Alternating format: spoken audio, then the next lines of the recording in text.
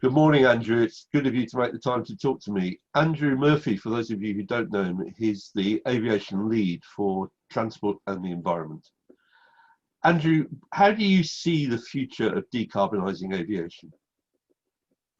I think there's good grounds to be optimistic because I think for the first time in a long time, governments are much more serious about addressing the aviation impacts, the climate impacts of aviation.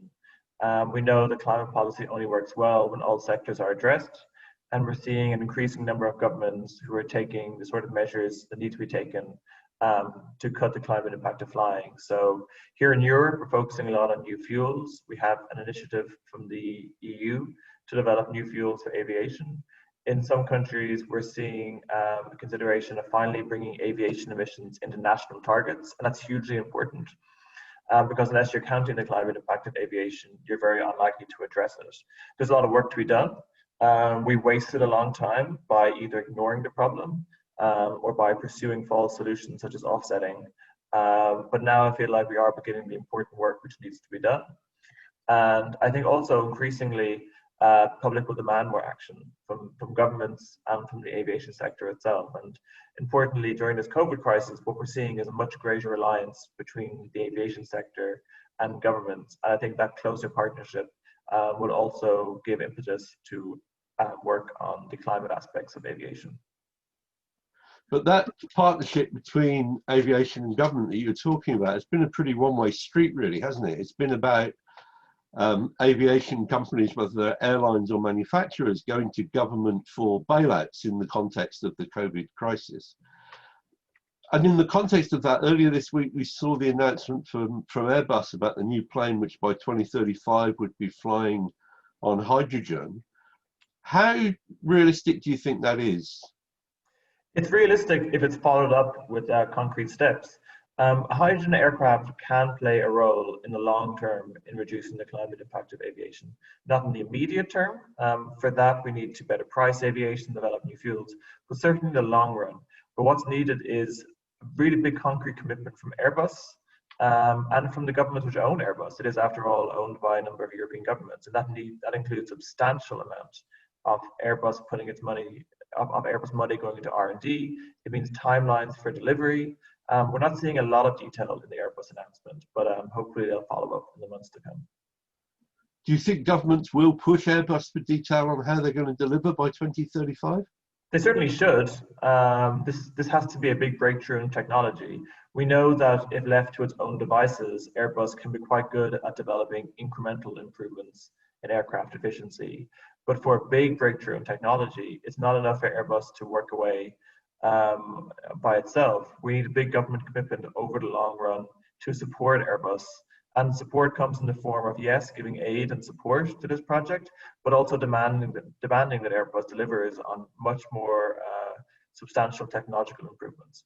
And we've seen this sort of government relationship in the car sector. CO2 standards for cars were hugely important in developing electric vehicles, which we're seeing now increasingly enter the market. So we know that that kind of relationship between governments and manufacturers can work, and we need to replicate it for aviation. So just to make sure I'm understanding what you're saying, Andrew, the difficulty is if you rely only on subsidies, there's a question about whether delivery will occur. Whereas if you change the regulatory framework and it's very clear that certain targets are going to come into force on a given time frame moving forward, precisely, you're much more certain that they'll deliver on those targets. Is that basically the argument? Precisely, yes.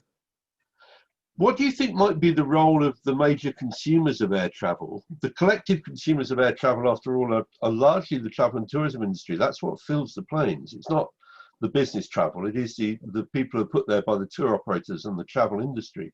Do you think they have a role to play in pressing for change? Absolutely. We know that business travel is a huge source of revenue for airlines. We know that they are very reliant on their consumers. People have a decision to make as to how much travel they're going to do post-COVID, and whether some of the travel patterns which have emerged as a result of this pandemic will remain. If they do remain, that presents a huge problem for airlines or manufacturers, and they will have to go beyond just issuing statements about clean aviation and go much further in developing it.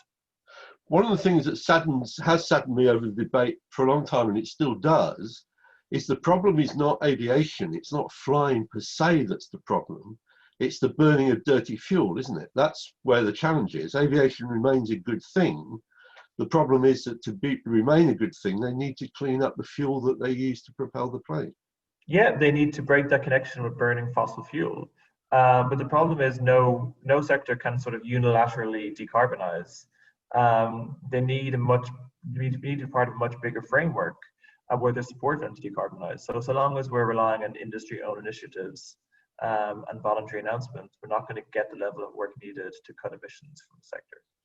Andrew, that brings me quite nicely to what I think is probably my last question this morning, which is about the blockages, because quite clearly it's not possible to convert to flying using a different fuel if the whole supply chain isn't there, from the person who manufactures the fuel through the airport to the servicing of the aircraft, presumably at least some redesign of the engines and so on. What do you see as the blockages which need to be removed?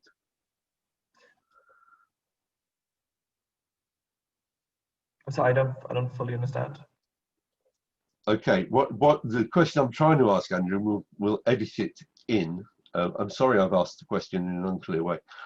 I mean, it is one thing to build an aircraft that runs on a different fuel, but for that to fly London to Frankfurt or London to New York, it's got to have the servicing in place at both ends of that. It's got to have a fuel supply in place. Presumably that means there's got to be changes at the airport and so on. So it was that I was trying to get at, and it's really, in a way, it's your point about the need to look at the cooperation between the different parts of the. Do you see what I mean? It was that. I'm sorry, it was such a bad question. Okay. Can you imagine that I'd asked it well and just kept? Well, let me ask the question again, and then we can pick it up with the tape. Yeah. See if I can get a better question this time. Andrew, one of the things that strikes me is it's not just a matter, is it, of redesigning the aircraft. The aircraft is going to have to be refueled, serviced, and maintained. So presumably there are other changes which need to happen at the same time across the aviation sector. Yeah, we need a change across the entire aviation sector. And to get change at that level, what you need is certainty. We need a clear idea of where the aviation sector is going, at what pace, what the solutions are. And once we have much more certainty, once we know where we're going, it's easier to bring everyone with us. I think sometimes what we see is different parts of the aviation sector making different types of announcements. So some are buying offsets, some are investing in new aircraft, some are buying fuels, you know, some are ending short haul flights. And what that all adds up to is everyone kind of running off in a different direction. We need a lot more coordination as to what the solution is. And ultimately that coordination has to come from governments. It can come from industry itself. And that coordination could happen at the European level through the EU, presumably. The EU would appear to be globally, is there any opportunity? Sorry, say it again, the last bit. What is the opportunity globally for some kind of regulatory framework? There is no opportunity at a global level. I can't think of any single, you know, global decarbonisation level, because ultimately getting 190 countries to agree will always result in the lowest common denominator level of ambition. There are no structures at global level to enforce these decisions, such as, you know, courts. There's no massive global fund like there are budgets at national or EU level. So we need to get out of this idea that it's an international sector which needs international solutions. Look, you know, lots of sectors are international. Volkswagen exports cars to 190 countries, but we still have European level car CO2 standards. So, you know, we need to really focus on the level where we can see real action. And when it comes to aviation, that's at EU level. And presumably the fact that the leisure industry in the UK and in Europe generally predominantly flies within the European Union or in countries that the European Union can easily do deals with, that has to be the first step in this process.